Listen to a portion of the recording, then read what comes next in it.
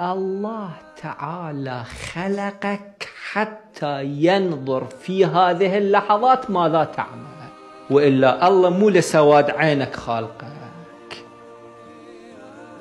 احنا احيانا واحد مريض في شدة المرض يشعر ما يقدر، يريد ينفجر. واحد يروح بالبيت يواجه بمنظر غير مترقب، سوء أخلاق زوجته، يشوف بعد ما يتحمل. الله خلق لهذه اللحظات حتى يشوف في هذه اللحظات ماذا يفعل. فتقول هذا البارحة كان عندي وشتمني من أول الليل للصبح. الله خالقك حتى يشوف في هذه اللحظات ماذا تعمل. هذا بعدين فكروا فيه، كلام جدا لطيف. يقول يعني كأنه فد مرة أخذ نفسي، قال لا ما أريد أشكو، وتغيرت حالته.